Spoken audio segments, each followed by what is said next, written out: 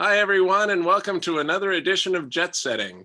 I'm Ted Wyman, and I'm joined by Derek Van Diest of Postmedia in Edmonton to break down Game 3 of the NHL's North Division semifinal between the Winnipeg Jets and the Edmonton Oilers. And it was kind of an epic night in Winnipeg for fans of the Jets as the Jets come back from a 4-1 deficit with 3 goals in the last 10 minutes of the third period to tie the game, and they win it in overtime on a goal by Nikolai Ehlers. The feeling in Winnipeg right now, Derek, is over the moon. Obviously, they're up 3-0 in the series.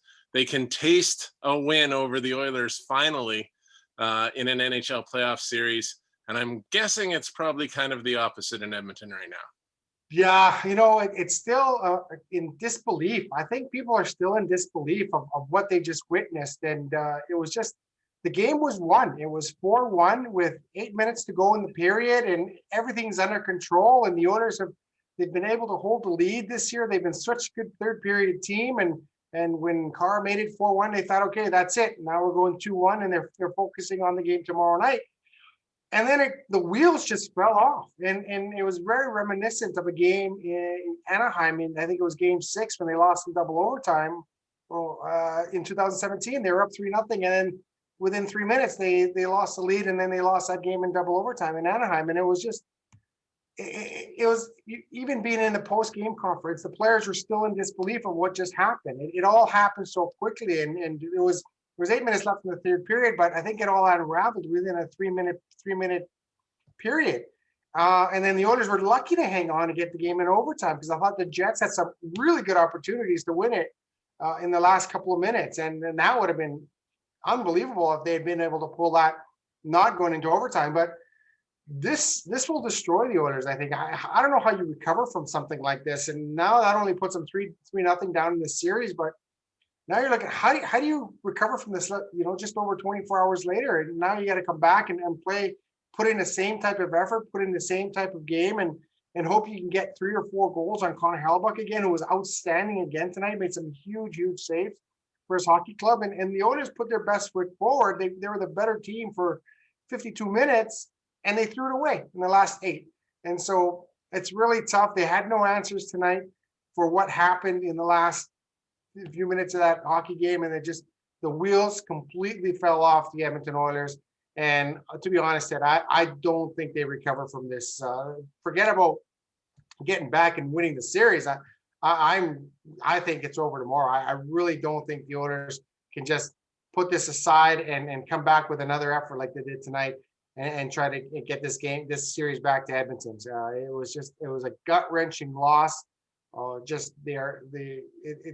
You almost felt for the players, just the way the thing went down. I think, losing, they would have rather get blown out in a game like tonight instead of losing the way they did. That's going to be really tough for them to recover from. How much do you think of a role did the Josh Archibald penalty on Logan Stanley play? We understand that Josh Archibald is going to have a hearing for we called it a low bridge hit on the very tall Logan Stanley, yeah. But he did go low on him. He did trip him, and there was a penalty. The Jets scored on that power play, and they said, that's the best way to make them pay for what they thought was a dirty hit. And it really did turn the tide of the game. Derek, don't you agree? Well, it opened the door, and you never want to open the door in a team like the Winnipeg Jets, and that's what that penalty did. And it was a chop block. It was like football. She went down and chopped him in football. And I think Josh Archibald, and we didn't get a chance to talk to him tonight, but I'm pretty sure he was upset because he took a high stick in the eye from Derek Forbert on the Carr goal. And we talked about this before. It didn't get called, and I think he was really upset, and he was probably still thinking about that. And he looked at the scores at 4-1. I could probably get a pound of flesh here on someone, and it really backfired him. Now, I don't want to say that's what he was thinking, but that's what it appeared. And I know he was really upset because he took the stick under the visor behind the net, and referee Mark Jonette was right there looking at the play, ignored it, and we had talked a little bit before this, and Mark Jonette just doesn't like calling penalties. He was out for a Sunday skate. He does not like calling penalties. And sometimes when they happen right in front of him, he'll just ignore them and turn a blind eye to them. And if you look at that replay, that was a very dangerous play. I don't think Forbert meant to get the stick up underneath Archibald's visor, and unfortunately he didn't do much damage to it. But Archibald has to be more discipline in that situation. And I think a lot of the blame comes down on him. You don't want to open the door. The game was over. It was going to be tough for Winnipeg to get back in the contest. You don't want to give them a sliver of hope. And then you knew as soon as he took that penalty that the Oilers weren't going to kill it. You just got a sense that Winnipeg was going to score on that penalty, and they were going to make it 4-2, and there's still going to be 6.5, 7 minutes to go. It turned out there's 8 minutes to go still. They scored on that power play. And the wheels collapsed after that. After that, the Oilers just couldn't recover. So it's so tough to kill a bad, undisciplined penalty. If it was another penalty, the guys would probably say, okay, we got to kill this one. We got to kill this one for Archibald. But to take a really selfish penalty like that is tough. And now it looks like he'll probably miss tomorrow night's game. If he's getting called for the carpet, he's probably going to miss. And I wouldn't be surprised if he got suspended for that. That's a very, very dangerous play. And you could really injure a player by making a play like that. So like I said, we didn't get a chance to talk to him tonight. I don't know what was going through his mind, but that's the only thing I can think of is because he took that high stick, he was still upset about that. I feel like he's been punished enough, Derek. I mean, what the Jets did to the Oilers in that comeback has to feel pretty bad for him. But you know who's feeling pretty good tonight is Nikolai Ehlers. The guy misses 11 games, 9 in the regular season, 2 in the playoffs, shoulder injury, comes back, finally gets back in today, and what a performance he had. He scores in regulation, a goal that made it 2-1 in the second period, and then just an absolute snipe in overtime, beating Mike Smith to give the Jets the win. And you know, it was honestly, it really was. I know some people will think this is a stretch, but it really was reminiscent of 1990 when the Jets beat the Oilers in game 4 in Winnipeg to go up 3-1. Dave Ellett had the goal in overtime, and it was on a kind of a similar play. Thomas Steen won the draw, got it back to Ellett, and he ripped a shot home for the winner. And here, Ehlers gets the same kind of a goal for the Jets in overtime. I'm pretty sure Jets fans are praying that it doesn't go the same way as that series did, because we all know the Oilers came back to win that one. But really, you know, it wasn't just Nikolai Ehlers. He had a very good game, but Matthew Perreault comes up with a big goal. Blake Wheeler, who had done absolutely nothing in that game until he scored. And his whole line was Scheifele and Connor. We were wondering, you know, when are these guys going to show up? Because now all of a sudden they're not in the lead. They're not just protecting against Connor McDavid and Leon Draisaitl.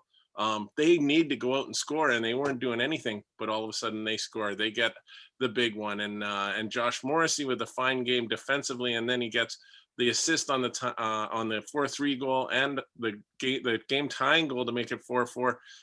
Just a great team effort from the Jets again, and Connor Hellebuck, as you mentioned, with 44 saves.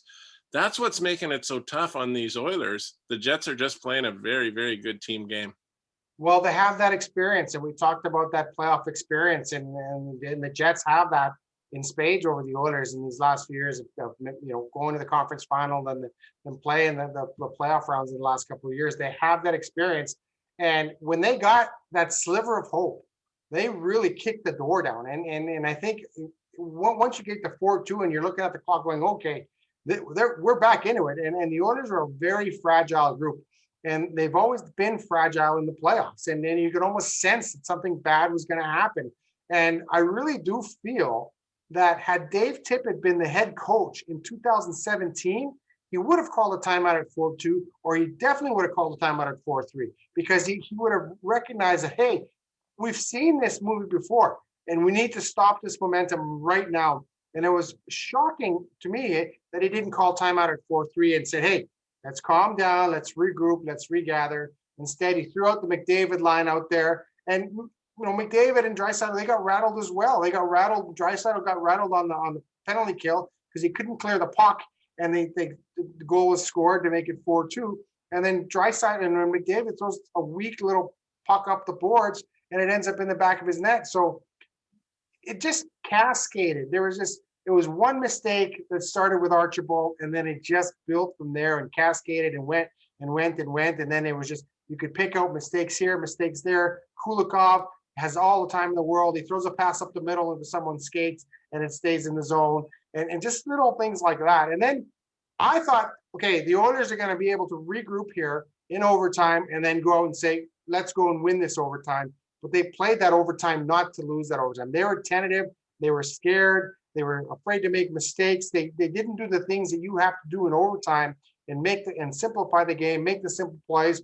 And the Jets were like, we got them right where we want them. We got them right where we want them. And they went out and they won the game. And to me, I honestly think this is the series. I do not see the Oilers coming back from this. They're just too fragile a group. The Jets obviously want to put them away tomorrow night. They don't want to extend this series any further. They don't want to have to go back to Edmonton. When you got someone down, you just want to put them away. And I think that's what they're going to be looking at. And they're going to be a very fired up team tomorrow. And it's going to be really, really difficult for the Edmonton Oilers to win that hockey game. Absolutely. And I honestly thought that in overtime, the Adam Lowry line had 3 incredible shifts against the McDavid and Draisaitl line. They kept them in their own zone almost the whole time. And if you're going to keep those guys from beating you in overtime, the best way to do it is to have the puck in their zone. And we've talked about that being a strategy for the whole series, but it wasn't working all that well in this game. McDavid and Draisaitl each had 3 points, but the Jets really did a nice job of it in overtime. And one of the really interesting things was how much you and I talked coming into this game about how not having the whiteout for the Jets, not having their fans in the building would take away some of that advantage that they'd have coming home with the 2-0 win. Well, can you imagine, Derek, what that place would have been like tonight had there been fans in the building? I cannot imagine anything more insane than that. No, they would have blown the roof off that building. And it would have been unbelievable. It would have been an unbelievable experience to see that in that comeback, and just that's something that atmosphere is missed. They would have blown the roof off that building, and it would have been fantastic to watch. And as a hockey fan, you would have loved to have seen that. But they kudos on the Winnipeg Jets. They built on that momentum, and they stayed active on the bench, and they never gave up. They never fought. They never conceded. They never said, okay, we're down 4-1. Let's focus on tomorrow. Try and make this a 3-1 series. They kept fighting. And that's a good lesson for kids and teams that never concede. Always keep fighting until the end, because you never know what's going to happen. Make the team beat you. Don't give up. And I think that's a good lesson for the Jets, and a good lesson for people out there that, now look at them. They're 3-0 down. And very rarely does a team come back from 3-0 and win a series. But what you're saying there is that there is still a chance for the Oilers to come back. They have to have that kind of belief that you're talking about. And in my opinion, the Jets absolutely should need to step on the throat tomorrow, because it's a Monday night. That's a back-to-back. It's a tough situation. Your goalie's just played a game where he faced 48 shots, but you kind of got to go with Hellebuck again and try to get this done, because you do not want to open the door for this Edmonton team at all. I think Winnipeg fans have seen that movie too many times, and that's something that nobody wants to see again. But Derek, anyways, I really appreciate your time today. Great breaking down this game. We will look forward to another game, Game 4, Monday night, Bell MTS Place. The Jets with a chance to sweep the Oilers and beat them for the first time in their NHL history. For Derek Van Diest, I'm Ted Wyman. You've been watching Jet Setting on Postmedia.